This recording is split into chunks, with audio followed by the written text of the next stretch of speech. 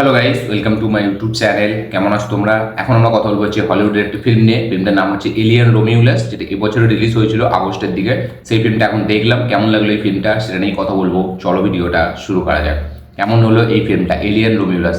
এই ফিল্মটা নিয়ে আমি বিশাল লেভেলে এক্সাইটেড ছিলাম, কারণ এলিয়ানের প্রত্যেকটা ফিল্ম আমার খুব হেভি লাগে, ঠিক আছে? তো এই ফিল্মটা এখন যদি আমি এক লাইনে বলি, এই ফিল্মটা আমার কাছে একটা ঠিকঠাক একটা ওয়ান টাইম ওয়াচ ফিল্ম আমার মনে হয়েছে। ক্লাইম্যাক্সটা খুব সুন্দর ফিল্মটা, যেটা দেখার পর ফিল্মটা একটু স্যাটিসফাই আমরা হয়, ঠিক আছে? এবং ফিল্মটা একবার পুরো দেখার পর আপনার এটাই মনে হবে যে এই ফিল্মটা একবার দেখার মতো একটা ফিল্ম, ঠিক আছে? একবার দেখলাম, বেশ মোটামুটি একটা ঠিকঠাক লাগলো, এরকম একটা ফিল্ম। এই ফিল্মটা কিন্তু প্রথম যে এলিয়েনগুলো এসেছিল সেই ফিল্মের কম্প্যারিজনে অনেকটা মানে লো, এবং সেই ফিল্মের স্ট্যান্ডার্ডটাকে ম্যাচ করতে পারেনি। এই ফিল্মটা থেকে আমার বিশাল মানে ছিল, আমার বিশাল একটা মানে আশা ছিল এই ফিল্মটা থেকে, যে এই ফিল্মটা যখন আমি ট্রেলার টিজার দেখেছিলাম সেখানে কিন্তু ব্যাপক লেভেল আমাকে মজা দিয়েছিল, এবং আমি খুবই এক্সাইটেড ছিলাম এই ফিল্মটাকে নিয়ে, এবং আমার কিন্তু একটা হেভি অ্যান্টিসিপেশন বলতে পারি এই ফিল্মটাকে নিয়ে আমার ছিল। কিন্তু এখন দেখার পর আমি বলবো যে এটা একটা ওয়ান টাইম ওয়াচ ঠিকঠাক ফিল্ম। এই ফিল্মটার যে স্টোরিটা সেটা হচ্ছে, এখানে কিছু বাঘি আছে যারা রেবেলস, ঠিক আছে? তারা এই মালিকদের মানে যাদের আন্ডারে কাজ করে, ঠিক আছে, মানে কয়লার মাইনিং করে, তাদের হাত থেকে মানে অন্য জায়গায় যেতে চায়, ঠিক আছে? মানে তারা ওই জায়গাটা থেকে বেরোতে চায়। এবার তারা একটা মানে শিপের অনুসন্ধান পেয়েছে, যেখানে কিছু পডস আছে, যে পডসগুলোর মাধ্যমে একটা জায়গায় যেতে হবে, যে জায়গাটা যেতে 9 বছর সময় লাগে। তো এবার সেই শিপটার কাছে তারা যাচ্ছে এবং সেই পডগুলোকে খুঁজে বার করছে, যে পডগুলো করে তারা এই এক জায়গা থেকে অন্য জায়গায় যেতে পারে। এবার সেই শিপটায় যাওয়ার পর সেখানে কিছু মানে এমন কিছু জিনিস ঘটছে যেটা তারা এক্সপেক্ট করেনি। এবার তারপর থেকে এলিয়ানের সামনা করতে হচ্ছে তাদেরকে, এবং সেই এলিয়ানের সামনা যখন করছে তারপর থেকে তারা কি আদৌ বেঁচে ফিরবে নাকি ওইখানে সব মরে যাবে, সেটা দেখার জন্য এই ফিল্মটা দেখতে হবে। এবার এই ফিল্মটা 2 ঘন্টার একটা ফিল্ম, ঠিক আছে? এলিয়ান ফিল্মগুলো খুব ছোটোই হয়, 1 ঘন্টা 40 মিনিট 45 মিনিট। হলিউডের বেশিরভাগ ফিল্মই আমাদের ছোটোই হয়। তো 2 ঘন্টার একটা ফিল্ম, ঠিক আছে? এই ফিল্মটা মানে নিজের যে স্টোরিটা সেটাকে আনতে না মানে বিল্ড করতে অনেকটা সময় নিয়ে নিয়েছে। মানে 40-45 মিনিট তো এমনি ফিল্মটা বকতে বকতে চলে যায়, ঠিক আছে? মানে যে এলিয়েন সিনেমা আপনি যদি দেখেন, এখনো এলিয়েন যেটা প্রথমে বেরিয়েছিল 1979-তে, 1986-তে, সেই ফিল্মগুলো ফার্স্ট শট থেকে এতটা এঙ্গেজিং, ঠিক আছে? মানে যেটা দেখার পর একটা আলাদা মজা লাগে। এইখানে জিনিসটাকে বিল্ড করতে অনেকটা টাইম নিয়েছে, এবং সেই টাইমের মাঝখানে কিন্তু হেভি কিছু মানে মুহূর্ত আমাদেরকে প্রোভাইড করছে না। এলিয়ানের যে ব্রুটালিটি ছিল, যে ব্যাপারটা ছিল, যে ব্লাড বাথ ব্যাপারটা ছিল, সেটা কিন্তু এইখানে আমরা অতটা অনুভব করতে পারি না। এবং এখানে খুব একটা ইন্টেন্স সিন সেরকম বলে কিছু নেই।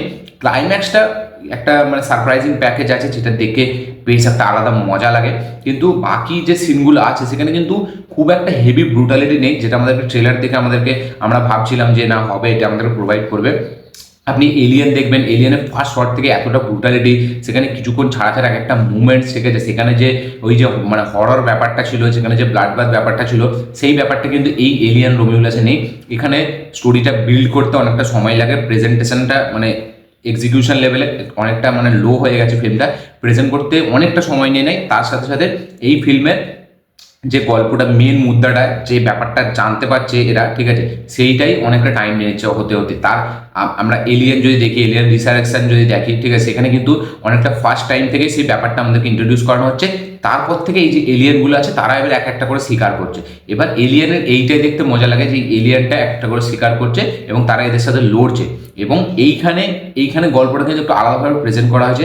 এখানে যে শিকার করছে ঠিকই, কিন্তু মানে সেই সিনগুলো আমাদের কোথাও ইম্প্যাক্ট ফেলতে পারছেন। মানে এলিয়ান রোমিউলাসের সিনগুলো আপনার কোথাও মনে থেকে যাবে না। আপনি এখনো এলিয়েন চালিয়ে নেবেন, মানে আজ থেকে 50 বছর আগের, 50 বছর বলাটা ভুল, 40 বছর আগের ফিল্ম, তার এখনো প্রত্যেকটা শট এতটা, প্রত্যেকটা সিন এতটা ইম্প্যাক্ট ফেলতে পারে, এখনো দেখতে মজা লাগে। এইখানে কিন্তু আপনি একবার দেখছেন, দেখে মানে ঠিক আছে, হয়ে গেল, কোনো ইম্প্যাক্ট ফেলতে পারছে না সিনগুলো। এবং এই ফিল্মের যে স্টোরিটা একটা, যেখানে স্টোরি কিছু নেই, এখানে এলিয়েনটাকে ইন্ট্রোডিউস করানো হচ্ছে কিন্তু অনেকটা টাইম নিয়ে ফেলেছে। এবং এইখানে এলিয়েনগুলো কিন্তু খুব একটা ডেঞ্জারাস না। সেখানে আমরা দেখেছিলাম এলিয়েন 2-3টে প্রথম যে 90s এলিয়েনগুলো ছিল, সেখানে আপনি অনেকটা ডেঞ্জারাস মানে আপনার মনে হবে, ঠিক আছে? এখানে কিন্তু সেরকম ডেঞ্জারাস আমরা দেখতে পাইনি এলিয়েনগুলোকে। এবং এলিয়েন কোভেনেন্ট যে ফিল্মটা এসেছিল 2017-তে, সেইটা আমি বলবো এই ফিল্মটা থেকে অনেকটা বেটার ফিল্ম আমার মনে হয়েছে। সেখানে কিন্তু কিছু কিছু জিনিস আছে যেগুলো দেখতে বেশ ভালো লাগে, কিছু মিস্টিরিয়াস ব্যাপার আছে। এইখানেও মিস্টিরিয়াস ব্যাপার আছে, কিন্তু এইখানে যেহেতু 2024-এ ফিল্মটাকে প্রেজেন্ট করছে, তাই জন্য একটা আর্টিফিশিয়াল ইন্টেলিজেন্স একটা দিয়েছে, আলাদা করে একটা দিক দিয়েছে এই ফিল্মটা সায়েন্স ফিকশনে, ঠিক আছে? যেহেতু এখনকার মানুষের সাথে কানেক্ট হতে পারে, ফিল্মটাকে অনেকটা মানে এখন মডার্ন লেভেলে, মডার্ন টাইমে যেরকম ফিল্ম চলা দরকার সেই হিসাবে কিছু চেঞ্জেস করা হয়েছে। তখন কিন্তু এলিয়েনে এইসব ছিল না।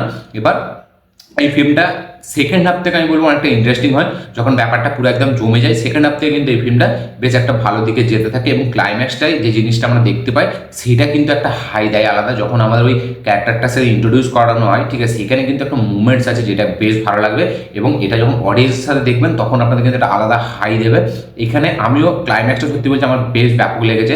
সেখানে যেরকম ইন্টেন্স সিন, সেখানে যেরকম ইংরেজি স্ক্রিন প্লে লেখা হয়েছে, সেখানে অ্যাক্টার্সদের পারফরমেন্স, এইখানে কিন্তু এই ফিল্মটা কিন্তু পুরোটাই পারফরমেন্সের উপর ডিপেন্ড করছে। কারণ এই ফিল্মটা যে এখানে আমাদের যে প্রোটাগনিস্ট তার কিন্তু পারফরমেন্স এখানে সলিড, পুরো প্রথম সিন থেকে শেষ সিন পর্যন্ত সে কিন্তু ব্যাপক পারফরমেন্স দিয়েছে, এবং ফিল্মটার ক্লাইম্যাক্সটা খুব স্যাটিসফাই করে, যার জন্য এই ফিল্মটা কিন্তু মানে আমার একবার ওয়ান টাইম ওয়াচ ঠিকঠাক মনে হয়েছে। নাহলে ফিল্মটা যেভাবে প্রথম দিক থেকে এগোচ্ছিল না, মাঝখানে কিছু কিছু সিন যেভাবে মানে আচমকা আসছে আবার চলে যাচ্ছে, তারপরে কোনো ইম্প্যাক্ট নেই, সেখানে কিন্তু আমি ভেবেছিলাম যে ফিল্মটা হয়তো আমার মানে শেষ পর্যন্ত আমাকে ঠিক সেই মানে এটা আমার যে আশাটা আমি করেছিলাম সেটা কিন্তু ফুলফিল করতে পারবে না। কিন্তু ক্লাইম্যাক্সটা এই ফিল্মটার যেটা আমার আশাটা পূরণ করেছে, এবং ক্লাইম্যাক্সটার জন্য এই ফিল্মটা কিন্তু একবার ওয়ান টাইম ওয়াচ খুব ভালো মনে হয় লাস্টের দিকটার জন্য। বাকি কিন্তু প্রথম দিক থেকে ফিল্মটা কিন্তু খুবই অড মনে হয়, এবং অতটা সিনগুলো ইম্প্যাক্ট ফেলতে পারে না, সেরকম কোনো ইন্টারেস্টিং জিনিস নেই, কিছু মুভমেন্টস নেই। এলিয়েন ফিল্ম মানে কিছুক্ষণ ছাড়া ছাড়া সেই মুভমেন্টসগুলো দিতে হবে, যে এলিয়েনটা একটা করে শিকার করছে, সেখানে একটা মানুষ কীভাবে তাকে মারছে, এবং এলিয়ানদের ওই যে ভয়ঙ্কর ব্যাপারগুলো, সেইগুলো এখানে আমার অতটা লেভেল পর্যন্ত মনে হয়নি। দেখছি ব্রুটালিটি আছে, নেই বলাটা ভুল, কিন্তু সেই ব্রুটালিটিটা কোথাও সিনটাকে ইম্প্যাক্ট ফেলছে না, আপনার মনে থেকে যাবেন। একটা এলিয়ান 1980 আপনি এখনও দেখলে সেই ব্রুটালিটিটা আপনার মনে থাকবে, সিনগুলো দেখে আপনার ভয় লাগবে। এখন কিন্তু এই এলিয়ান রোমিউলাসে সেরকম অতটা সিন নেই, এবং যেরকম বললাম স্টোরিটাকে নিয়ে আসতে অনেকটা সময় নিয়ে ফেলেছে। ফিল্মটা থেকে বিশাল মানে আমার প্রচুর আশা ছিল এই ফিল্মটা থেকে, ঠিক আছে, এক্সপেকটেশন বিশাল ছিল, কিন্তু এই ফিল্মটা কিন্তু সেই এক্সপেকটেশনটা আমার ম্যাচ করতে পারেনি। এই ফিল্মটা আমার ওয়ান টাইম ওয়াচ, একটা ঠিকঠাক একটা দেখলাম, ঠিক আছে, এরকম একটা ফিল্ম মনে হয়েছে। আপনারা যারা এলিয়ান রোমিউলাস দেখেছেন অবশ্যই কমেন্টে লিখে জানাবেন আপনাদের কি বক্তব্য, কি রিয়াকশন এই ফিল্মটা দেখার পর। যারা এখন দেখেননি, দেখবেন ভাবছেন, আপনারা গিয়ে দেখতে পারেন একবার ওয়ান টাইম ওয়াচ। ফিল্মটা কিন্তু ঠিক আছে, প্রথম দিকটা যদি আপনি একটু মানে সহ্য করে নিতে পারেন, তারপর দিক থেকে কিন্তু ফিল্মটা খুব নিজের জায়গায় হেভি সলিড হয়ে যায়, এবং সেকেন্ড হাফটা ফিল্মটা অনেকটা বেটার। ক্লাইম্যাক্সটা হেভি, ক্লাইম্যাক্সে যে জিনিসটা আপনি দেখবেন সেটা আপনি এক্সপেক্ট করবেন না, সেটা কিন্তু বেশ ভালো। এবং আমি এখনো বুঝতে পারলাম না যে ওই এলিয়েন্স আর এলিয়েন যে টুটা এসেছিল, তাই দুটোর মাঝের কাহিনী এটা আমি এখনো বুঝতে পারলাম না এটা কিভাবে হলো, এবং এটা কি কোনো আলাদা মানে জায়গার কাহিনী দেখাচ্ছে নাকি তার সাথে কোনো কানেক্ট আছে। কারণ এই ফিল্মটা আমি দেখছিলাম পরে যে এই ফিল্ম নাকি কানেক্ট আছে এলিয়েন 2 এর সাথে, এবার সেটা পরে কি হয় সেটা দেখা যাবে। আমি এখনো বুঝতে পারলাম না, যারা এই ব্যাপারটা বুঝতে পেরেছেন, ঠিক আছে, উইকিপিডিয়া করে, তারা অবশ্যই কমেন্টে লিখে জানাবেন যে আপনারা কি বুঝলেন এটা থেকে। এই ছিল আমার রিয়াকশন এই ফিল্মটা দিয়ে, দেখো অবশ্যই কমেন্ট করবেন আপনারা আপনাদের কিরকম লেগেছে। ভিডিওটি ভালো লেগে থাকলে লাইক শেয়ার কমেন্ট করে দেবেন, চ্যানেলটি নতুন হলে চ্যানেলটিকে সাবস্ক্রাইব করবেন, বেল আইকনটি প্রেস করতে ভুলবেন না।